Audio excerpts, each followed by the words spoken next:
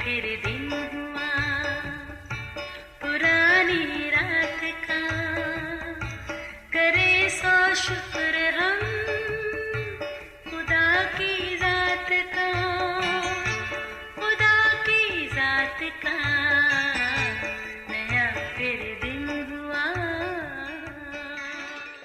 آج کی آیت۔ بادشاہ نے دانیل سے کہا، تیرا خدا جس کی تو ہمیشہ عبادت کرتا ہے تجھے چھڑائے گا۔ دانیل 6 باب 16 آیت۔ عزیزو، زندگی کے ہر شعبے میں اپنے کام کو بہتر، وقت پر اور منظم طریقے سے کرنے کے لیے ایک مخصوص ٹائم ٹیبل کی ضرورت ہوتی ہے۔ اگر وقت کے بارے میں سوچا جائے تو یہ خدا کی کیسی عجیب نعمت ہے۔ جو وقت کے ساتھ چلا وہ کامیاب اور جو رہ گیا وہ ناکام۔ بالکل ویسا ہی جو وقت پر بوئے گا فصل وہی کاٹے گا۔ یاد رہے، زندگی میں وقت انتہائی اہمیت رکھتا ہے۔ عزیزو، کائنات کی تخلیق کے چوتھے دن خالق خدا نے سورج، چاند، ستارے نشانوں، دنوں، زمانوں اور برسوں کے امتیاز کے لیے بنائے، جن پر اسی کا اختیار ہے، جس میں رد و بدل کی کوئی گنجائش نہیں۔ ہماری زندگی میں بھی جو حالات آتے اور واقعات ظہور پذیر ہوتے ہیں وہ اس کی مرضی اور ٹھہرائے وقت کے بغیر ممکن نہیں۔ عزیزو، کلام مقدس میں یروشلم داؤد کا شہر کہلاتا ہے، جو ہیکل کی بدولت غیر معمولی حیثیت رکھتا ہے۔ ایک بار بابل کے بادشاہ نبوکت نظر نے یروشلم پر چڑھائی کر کے اس کا محاصرہ کر لیا اور وہاں کے بادشاہ اور کچھ اسرائیلیوں کو اسیر کر کے بابل لے آیا۔ اس کے ساتھ اس نے خدا کے گھر کے ظروف بھی لیے اور اسے اپنے بت خانہ میں جمع کر لیے۔ اس ساری کارروائی کے بارے میں کلام میں لکھا ہے کہ یہ سب کچھ خدا کی مرضی سے ہوا۔ چلیں مان لیا کہ ایسا ہی ہے، مگر اس میں خدا کی کیا حکمت ہے؟ اپنی تو محدود سوچ اور ناقص عقل سے بالکل باہر ہے۔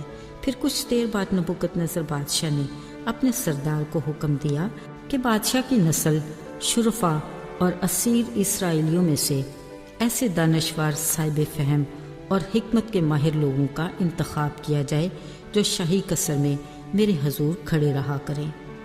یہ ایک اور عجیب اتفاق تھا کہ ان میں دانیل اور اس کے اسیر ساتھی بھی اس میں منتخب ہوئے، مگر اب ان کے لیے 3 برس دوران تربیت بادشاہ کی مقرر کردہ شاہی خوراک بشمول میں ایک بڑا امتحان تھا۔ مگر خدا سے وفاداری اور محبت سے ثابت قدمی کی بدولت وہ اس امتحان میں سرخرو ہوئے، اور مقرر کردہ 10 دنوں بعد خدا نے ان کے چہروں کو دوسروں کے نسبت زیادہ رونق اور تازگی بخشی۔ جب یہ تربیت یافتہ لوگ بادشاہ کے حضور پیش ہوئے، یہاں بھی بادشاہ نے انہیں دوسروں کے نسبت 10 درجے بہتر پایا۔ یاد رہے، خدا کے حضور فروتنی اور اس کے ساتھ وفاداری میں ثابت قدمی کا صلہ سرفرازی ہے، جو دانیل اور اس کے ساتھیوں کی زندگی میں قدم قدم پر دکھائی دیا۔ صرف یہی نہیں، بلکہ جب دانیل خدا کی رضا اور اس کے ٹھہرائے ہوئے وقت اور پلان کے مطابق ایک بت پرست غیر ملک میں تیسرے درجے کا حاکم مقرر کیا گیا، تو یہ اس کے متحد کام کرنے والوں کے لیے انتہائی ناقابل برداشت تھا، اور وہ حسد کے مارے اس کے خلاف منصوبہ بندی کرنے لگے۔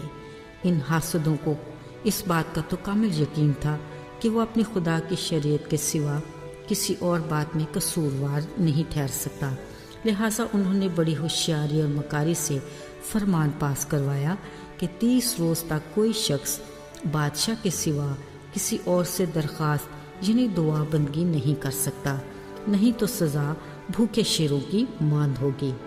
عزیزو، دانیل کے حاسدوں کے گمان میں بھی نہیں تھا کہ وہ باوجود اپنے رتبے، اختیار اور اذیت ناک سزا کے وہ اپنے خدا سے محبت اور ہر صورت میں وفاداری کو ترجیح دے گا۔ وہ حسب معمول دن میں 3 بار اپنی کوٹھڑی میں جا کر خدا کے حضور گھٹنے ٹیک کر دعا اور شکر گزاری میں مصروف رہتا۔ اسی گھات میں بیٹھے حاسد لوگ دانیل کو سزا دلوانے میں کامیاب ہو گئے۔ عزیزو، ملک کے تیسرے درجے کے حاکم دانیل کا شیروں کی ماند میں ڈالا جانا لوگوں کے لیے حیران کن اور بادشاہ کے لیے پریشان کن تھا۔ اگلے روز صبح سویرے بادشاہ نے شیروں کی ماند کے پاس جا کر دانیل کو پکار کر کہا، زندہ خدا کے بندے، کیا جس کی تم ہمیشہ عبادت کرتے ہو قادر ہوا کہ تمہیں شیروں سے بچائے؟ پھر جب رات بھر بھوکے شیروں کی ماند میں پڑے دانیل کا جواب آیا کہ میرے خدا نے شیروں کے منہ بند کر دیے تھے کیونکہ میں بے گناہ ہوں، اور اے بادشاہ میں تیرے حضور بھی بے خطا ہوں۔ یہ سن کر بادشاہ نہایت شادمان ہوا اور حاسدوں کو ان کے گھرانوں سمیت بھوکے شیروں کی ماند میں ڈال دیا گیا اور وہ نشان عبرت بنے۔ عزیزو، جہاں دانیل نے اپنی زندگی کے مشکل وقت میں خدا سے محبت اور وفاداری کو نبھایا، وہاں زندہ خدا نے بھی اپنے بندے کے ساتھ ہمیشہ رہنے کے وعدے کو پورا کیا، جو نہ صرف بت پرست بادشاہ کی زندگی کو مکمل طور پر تبدیل کرنے کا باعث بنا، بلکہ خدا نے اپنے مقررہ وقت پر اور منصوبہ بندی کے تحت ایک پورے ملک میں بتوں کو توڑ کر بت پرستی کی فضا کو اپنے نام کی قدرت سے بدل ڈالا۔ اسی پل بادشاہ نے فرمان جاری کیا کہ میری مملکت کے ہر صوبے کے لوگ دانیل کے خدا کے حضور ترساں اور لرزاں ہوں۔ وہی زندہ خدا ہے جو ہمیشہ قائم رہنے والا ہے۔ عزیزو، یوں بت پرست سوال پذیر ہوئے اور خدا کے لوگ فتح مند۔ یاد رہے، خدا کے ساتھ وفاداری کا بڑا اجر ہے۔ جب ہم اس سے وفاداری کرتے ہیں تو ہمیں کسی بڑے کام کے لیے استعمال کرتا ہے۔ یہ وہ وقت ہوتا ہے جب ہمیں اس پر کامل بھروسہ کرنا ہے، بے شک ہم کیسے ہی دکھوں، مصیبتوں اور آزمائشوں سے گزریں۔ خاطر جمع رکھیں کہ کچھ بھی ہو، اس قادر خدا کے اختیار سے کوئی بھی چیز باہر نہیں۔ آئیے دعا کریں۔ اے ہمارے آسمانی باپ، ہم تیرے کلام کے لیے بے حد شکر گزار ہیں جو ہمیں تیرے وفادار بندوں کے لیے آگاہی دیتا ہے اور ہمارے ایمان کی مضبوطی کا باعث ہے۔ ہم جانتے ہیں کہ تو ہر چیز پر اختیار رکھتا ہے۔